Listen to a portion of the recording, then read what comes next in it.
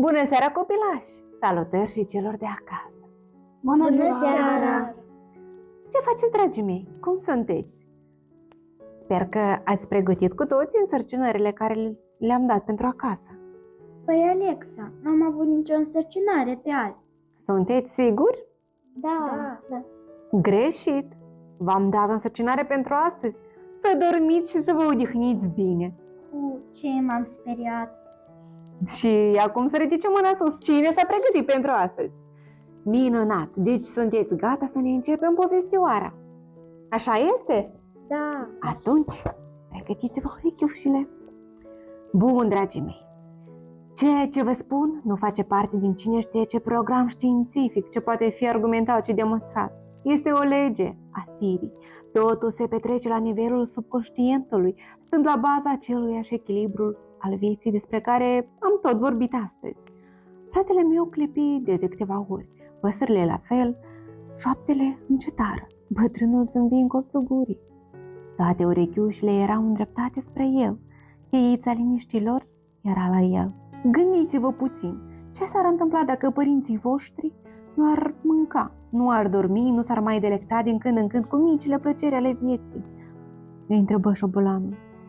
Probabil ar muri, îndrăzni Bădica să deschidă gura. Așa e, încuvință șobolanul cu voce gravă. Ca urmare, înainte să aibă grijă de voi, părinții se îngrijesc de ei înșiși pentru a fi sănătoși. Ar însemna să fie irresponsabil dacă nu s-ar îngriji. Copilul este fericit când părinții lui sunt veseli, mulțumiți și sănătoși.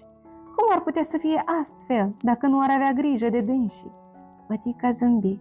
Un gând mai gospodar își făcă mătura și prinse a avântura furia care simțea că stăpânise până atunci, pentru că nicio urmă de ea să nu mai fie, ba chiar parfumă bine locul, pentru ca blândeții să-i facă plăcere să poposească la el în vizită. Da, Bădica pricepuse. Ai înțeles acum? Îl întrebă bătrânul. Părinții nu s-ar putea ocupa de viitorul tău dacă nu s-ar gândi mai întâi la dânsii. Nu ar însemna că se gândesc la voi dacă ei s-ar lipsi de toate. Ce ați fi voi fără părinți? Ce ați fi voi fără dragostea lor? Aproape că strigă șobolanul cu ochii în lacrimi. Se vedea că, vorbind astfel, își gelea propria dramă. Dragostea părinților înseamnă sursa vieții copiilor.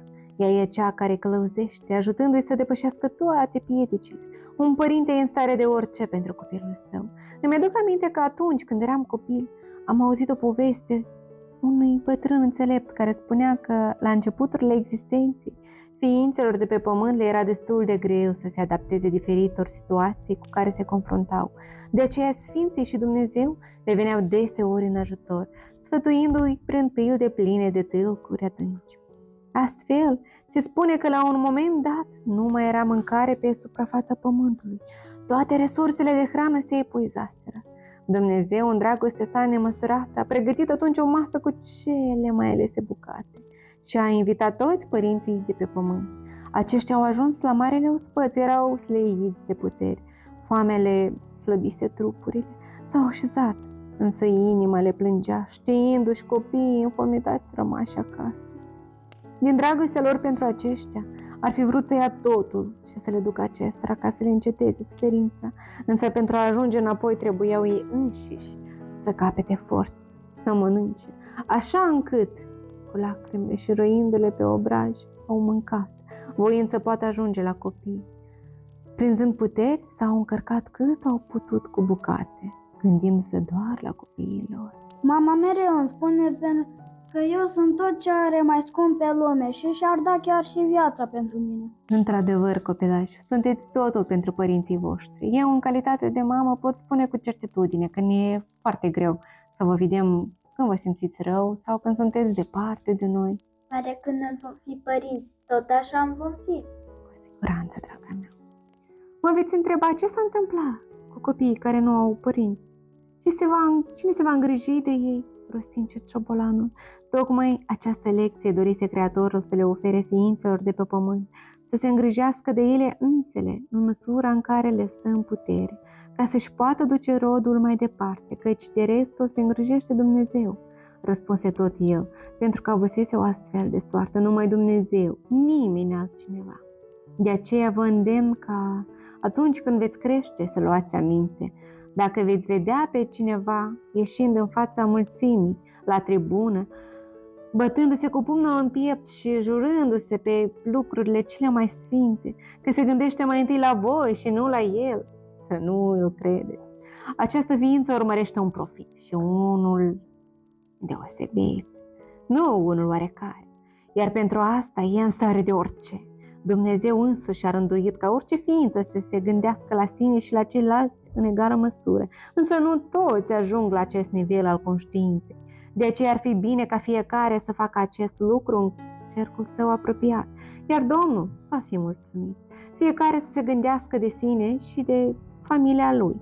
Astfel se asigură continuitatea vieții. Părinții își asigură la bătrânețe răsplata copiilor și așa mai departe. Chiar și în cazul tău, copile, e aceeași poveste, îi zise șobolanul bădicăi privindu-le în ochi. Dacă acum te-aș întreba cine ți este mai scump pe lume, mi-ai spune că mama, tata sau frații. Asta nu înseamnă că dacă îți va fi foame, nu vei mânca fără ei, deși poate că părinților, gândindu-se acum la tine, le-a pierit pofta de mâncare. Cred că va veni timpul când vei discuta și cu ei despre această problemă. Chiar ar fi bine să nu le spui despre discuția noastră, ci să-i asculți, să vezi care este părerea lor. Bătica în cuvință din cap. Poți fi sigur, stăpâne, îl asigură el. Mă voi gândi la toate acestea în drumul meu spre casă. Bătrânul mai adăugă, stă puțin. Cred că nu ar fi indicat să vorbești despre asta cu frățiorii tăi mai mici. Nu știu în ce măsură vor înțelege dacă le vei spune că fiecare trebuie să se îngrijească mai întâi de sine, de cei apropiați și abia apoi la ceilalți. Am înțeles, rosti bădica apăsat. Jur, adăugă el repede, ducându-și mâna la inimă. Voi discuta toate acestea la momentul potrivit, când voi considera că avem cu toții vârsta potrivită. Bine, se liniști bătrânul. Apoi, întorcându-se către păsări, le zise și acestora. Și pe voi vă rog același lucru. Este o temă delicată pe care nu oricine o poate înțelege, mai ales copiii. Și nu aș vrea ca în aceste ultimele clipe ale vieții mele cei din jurul meu să creadă că mi-am pierdut mințile și să mă ocolească. Ridicându-și o aripă în dreptul inimioarei și unindu-și glasurile într-un tril melodios, păsările îl încredințară la rândul lor că vor fi cât mai discrete. Jurăm, stăpâne! Bădică voia să treacă mai iute peste aceste discuții. Nu îi plăcea când șobolanul se simțea stingher. Își aruncă privirea din nou spre groapa cu viermi, în clipa aceea l-auzi pe bătrân zicându-i: viermii aceștia copile. Într-adevăr, nu văd. Faptul că și-au pus acele frunzulițe pe ochi demonstrează asta odată în plus. Le este indiferent până la urmă dacă ochii le sunt sau nu acoperiți. Pentru ei oricum e întuneric. Pur și simplu se distrează. Joacă un soi de teatru ieftin pentru naiv ca tine. Zâmbi șobolanul cu înghițitură, privindu-l pe bădica în ochi. Acesta se încruntă fără să vrea. Își zise ușor înciudat: are dreptate șobolanul. Cum să vadă prin frunze? Asta înseamnă că legenda cărtiței poartă în ea un sâmbure de adevăr. Dar atunci ce cu nasul și cu gura viermilor? Se întrebă ușor intrigat. Doar nu am înnebunit. Nu cred că tot ce văd e doar o iluzie. Că nu mă înșel. Gândindu-se puțin, încerca să se liniștească singur. Nici nu știu de ce îmi bat capul. Probabil e o altă istorie la mijloc. Mai bine tac. Nu voi mai spune nimic pentru că risc să mă fac de râs cu totul. Se hotărâ el, simțind cum obrajii îi iau foc. Probabil îi se îmbujorau de rușine. Bătrânul șobolan îi observă starea de neliniște. Îl văzu pe bădica schimonosindu-și chipul odată cu gândurile care îl copleșiseră. Se gândi că probabil mai era ceva ce nu a înțeles, dar nu a avut curaj să întrebe. Nu degeaba se spune printre cei curioși că privirea unui bătrân îți poate scana chiar și gândurile cele mai ascunse și le scoate la iveală cu un zâmbet înțelept, sub forma emoțiilor care se pot citi pe față. Urmărindu-l preț de câteva clipe, bătrânul șobolan îi zise bădicăi: copile, ți-am mai spus, dă-te la o parte de pe marginea palmei mele. Ai putea cădea în gaura plină cu viermi și atunci va fi vai de capul meu, la ce probleme mă așteaptă. Fratele meu îl întrebă mirat: ce probleme poți avea tu? Îl scodi pe bătrân: doar eu sunt cel care va cădea în mâinile nenorociților. Vorbești de parcă cineva mi-ar trage o palmă peste obraz, dar tu vei fi cel care va simți durerea. Nu e logic.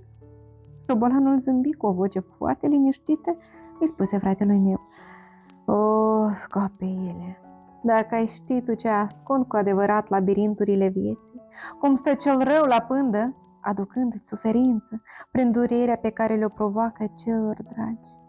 Zicând acestea, bătrânul se întunecă la față, își plecă mohorât privirea, ba chiar tăcu pentru un timp. Nu era greu de ghicit că exemplul pe care avea să-l dea de această dată era o întâmplare trăită chiar de el însuși. De asta probabil și cicatricile sufletului său erau mult mai adânci, multe dintre ele rămânând nevindecate. După această pauză își reluă ideea. Când îi pierdem pe cei dragi, inima ne este sfâșiată de durere. Câteodată stau însă și mă gândesc, pentru cine este de fapt mai greu, pentru cei care au părăsit această lume sau pentru noi, cei care rămânem în urma lor, sfâșiați de durere și dor, împovărați de regretele copleșitoare ale neputinței, că nu am fost alături de ei când au avut nevoie. Și tare înclin să cred că suferința este infinit mai mare în ceea ce ne privește, conchise bătrânul. Un oftat adânc îl răscoli imediat și termină de spus aceste cuvinte. Își ridică privirea spre infinita zare a bolții cerești. Căută soarele cu privirea, ca și cum acesta era singurul martor complice la tot ce îi scoseseră bătrânului în cale anii vieții. Lumina puternică îi inundă ochii de lacrimi și de aceea fu nevoit să-și plece privirea imediat. Mâlfâind în gol de câteva ori, continuă cu o voce tremurândă. Iată de ce spuneam că dacă tu ai cădea, Doamne ferește, în mâna viermilor, durerea mea ar fi poate chiar și mai mare decât a ta. În fața părinților, fraților și prietenilor tăi, eu port răspundere pentru tine. Uite-te la tine cât ești de mic, șopti șobolanul, încercând să-și apropie vârful nasului de bădică. El mi-ar face harce-parce din tine. Dacă ar ști că mi-ai devenit bun prieten, ar încerca să-ți sporească chinurile. Văzându-l atât de îngrijorat pe bătrân, fratele meu voi să-l însenineze. Se simțea dator să-l ajute să treacă peste momentele acestea care îi provocau tristețe câtă vreme erau împreună. Rosti pe un ton vioi, lovindu-și ușor palmele una de alta. Ei, ce să facă viermișorii cu mine? Nici pe o măsea nu le ajunge. Vor vrea să te schimbe cu ceva mai mare? Intră bătrânul în jocul bădicăi. Acesta se scărpină la ceavă. Cu ceva mai mare? Iar eu, copilași, opresc aici, pentru că am o idee. Ce idee, Alexa? Propun ca pentru data viitoare să faceți un desen cu familia voastră sau poate să aduceți o fotografie. Oh, super! Și mie îmi place ideea. Abia aștept să vă cunosc membrii familiei, dar acum vă zic tuturor somn ușor, noapte bună celor de acasă.